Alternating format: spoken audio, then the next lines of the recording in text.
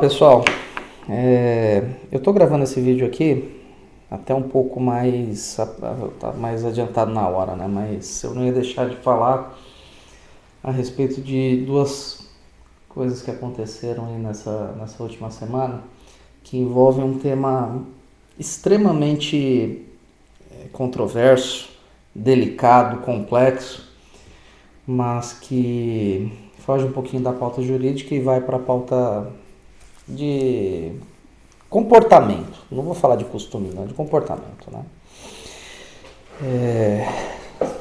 Normalmente eu sou um pouco mais descontraído, mas algumas safadezas, algumas pilantragens que acontecem deixam a gente muito fora do prumo, né? Tá difícil a gente viver em sociedade quando algumas coisas são tão irracionais como as que a gente vai comentar nesse vídeo aqui, né? Bom, antes de mais nada, para não começar a ficar estressado e estressar vocês também, eu vou pedir que vocês façam aquele combo tão maravilhoso para nós, né?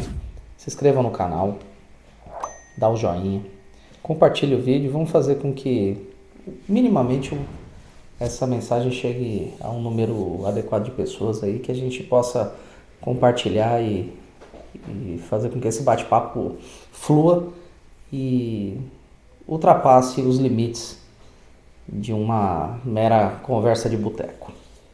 Mas vamos lá. Algumas coisas trazem uma perturbação muito grande para nós, tanto enquanto pessoas que trabalham com direito, operadores, quanto como homens que vivemos em sociedade, né?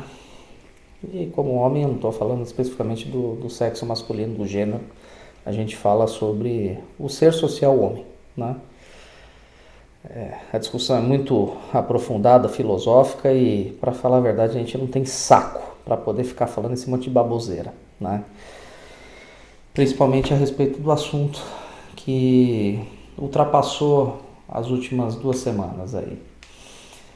Recentemente, uma situação muito controversa ganhou as manchetes mediante uma premissa que estava errada e que evidenciou e que tornou pública algumas outras coisas mais erradas ainda, né? Eu estou falando daquela situação da jovem de 11 anos que se viu numa situação de gravidez e as informações que eram pautadas nas mídias de comunicação tradicionais diziam respeito que se tratava de uma gravidez oriunda de uma relação de estupro, uma violência sexual. E as autoridades estatais que tomaram contato com essa situação tiveram a sua conduta posta sob escrutínio e sob referendo da sociedade, né? É engraçado, muita gente que não sabe distinguir a diferença de um pingo de uma vírgula começa a fazer conjecturas a respeito de direito, né? Uma coisa é a sua opinião filosófica. Você sabe o que é filosofia, né? Às vezes você não sabe, né? Mas às vezes a sua opinião filosófica, religiosa, moral e jurídica ultrapassam o saber e o conhecimento de quem lida com isso todos os dias, de quem vive disso e de quem tem conhecimento técnico próprio a respeito disso, né? Chegaram as informações, a gente vai vendo uma série de controvérsias, né? A criança de 11 anos, porque é uma criança na acepção jurídica do termo, como assim nomeia o Estatuto da Criança e do Adolescente, até os 12 anos, até os 11 anos, 11 meses e 29 dias, a criança é criança. Com 12 anos, o adolescente é adolescente. Ela se encontrava grávida, né? E a autoridade judicial, junto com a autoridade ministerial, do Ministério Público, haviam feito considerações a respeito da possibilidade dessa gestação perdurar, mesmo sendo a vontade da infante e a vontade da família, a interrupção dessa gravidez, né? Sob a premissa de que nós estivéssemos falando de uma gravidez oriunda de uma violência, de um estupro que tecnicamente era inconteste, né? E aí toda a gritaria, toda a militância, toda a violência com que isso foi tratado reputava uma conduta que era realmente espúria das autoridades, né? Porque a vítima de violência não pode, sob hipótese alguma, ser coagida a não exercer o seu direito de interromper a gravidez. A vítima de estupro pode legalmente exercer a sua prerrogativa de não seguir com a gestação, né? Só que os casos, como sempre, são cheios de nuances, né? Essa gestação estava bastante adiantada. A criança tinha 7 meses de gestação intrauterina e após essa grita, essa selvageria progressista, houve uma campanha de desestímulo à figura da juíza e da promotora do caso, que tecnicamente também agiram mal a partir do momento em que ilidiram a atuação da defesa técnica contratada pela família, né? A família contratou profissionais do direito, contratou advogados e esses advogados não puderam participar da audiência, da solenidade judicial. Isso contribuiu para que a gritaria fosse e a histeria fosse gigantescas. E foi realmente um absurdo.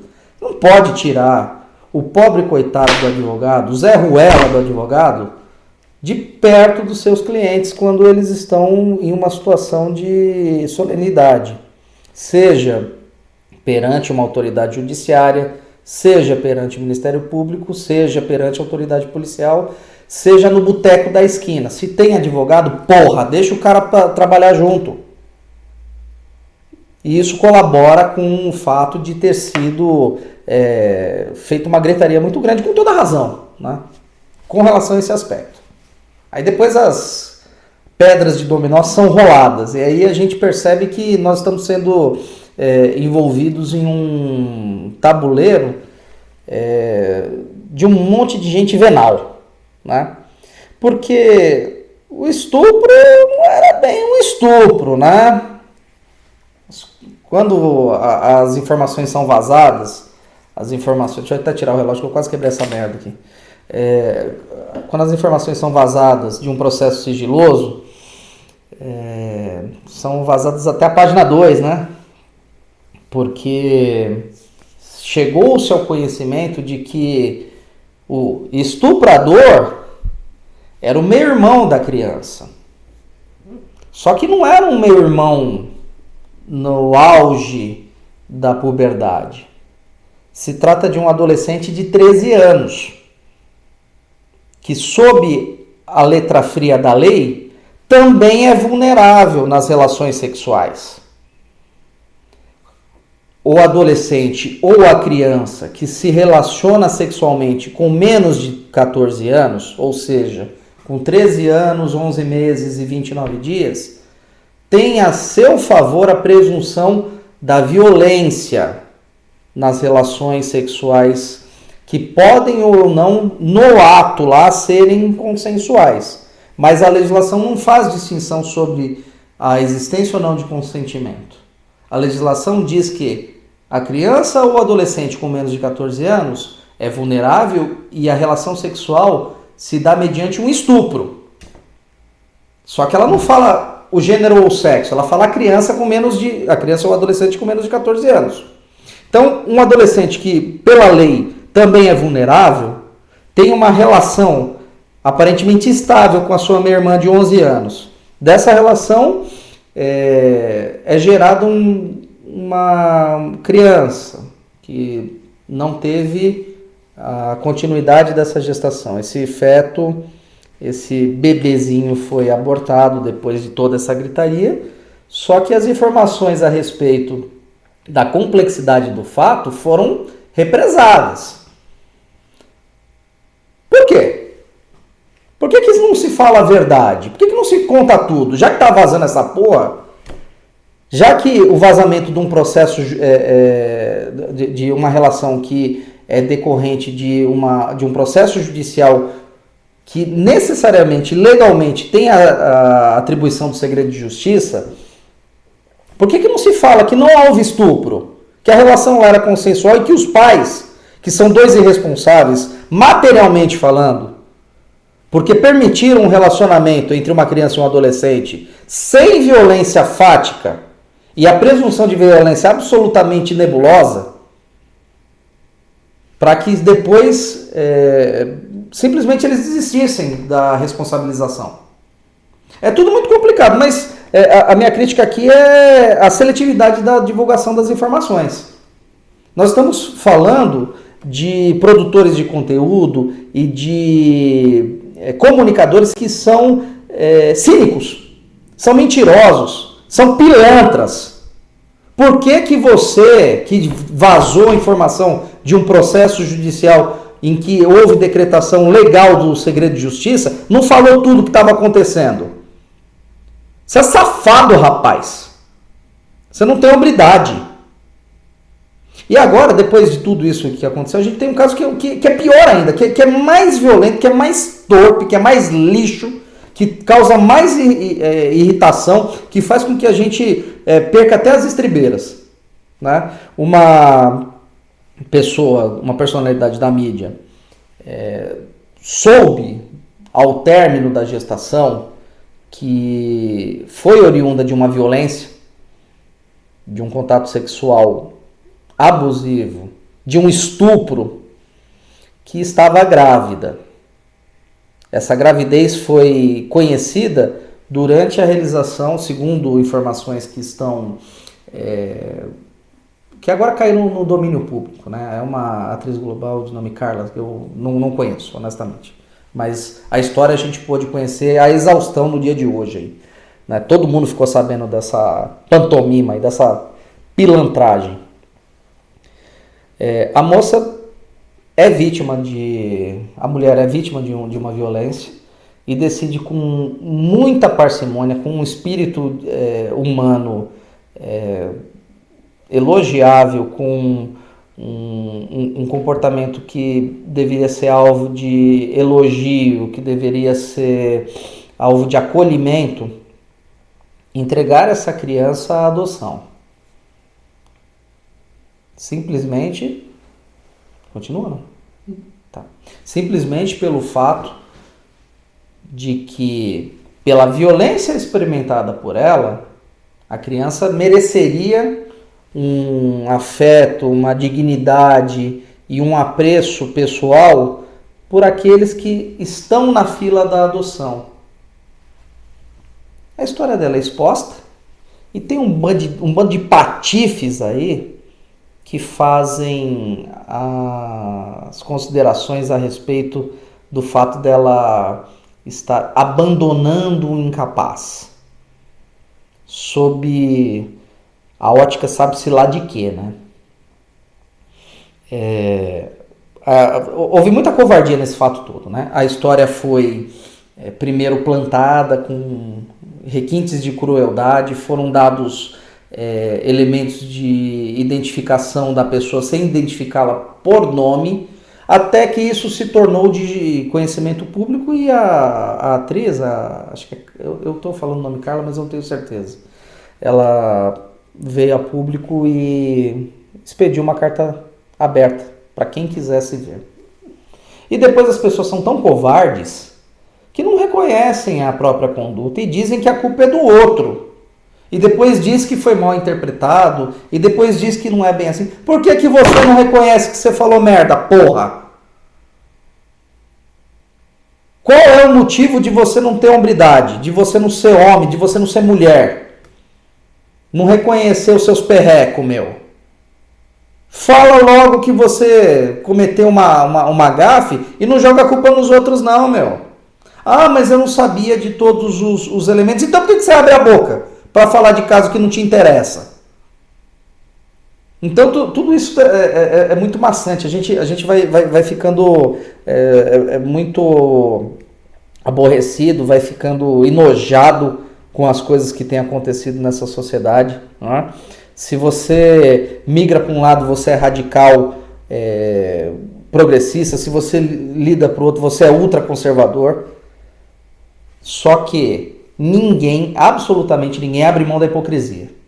Quando é para criticar a pessoa que está no espectro social, que lhe é antagônico, você tem todas as armas do mundo para poder fazê-lo. Agora, quando a conduta é idêntica dentro do seu amiguinho ali, você não critica. Você joga a culpa nos outros, você fala que não é bem assim. E isso vai perdurar durante algum tempo. A gente tem que lutar para que isso não se perpetue. Não se eu tô nervoso. Eu tô aloprado com isso aí. Entendeu? Deixa eu ver aqui, Gustavo. Deixa eu ver. Como é que é o nome? Carla. Clara, me perdoe.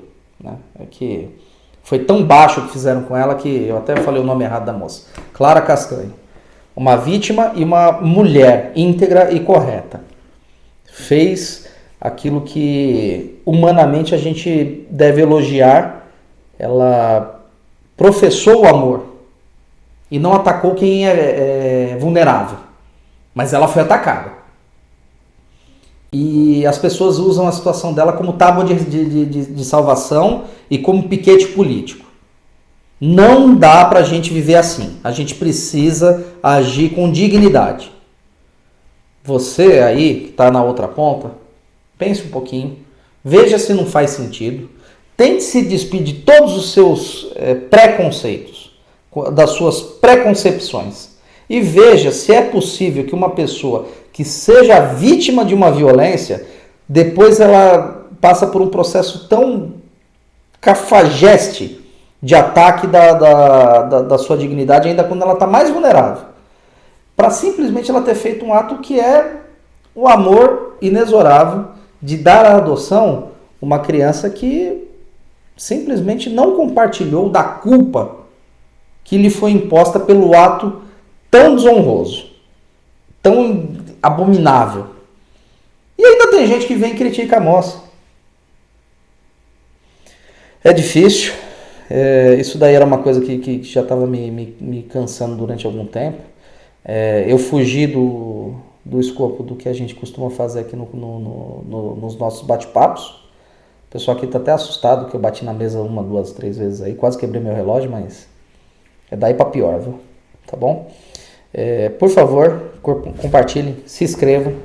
Eu estou começando, eu gostaria muito que o maior número de pessoas tivesse acesso a esse vídeo. E assim que possível a gente vai ser bastante assíduo nesse canal. Só preciso contar com vocês. Forte abraço. Até a próxima.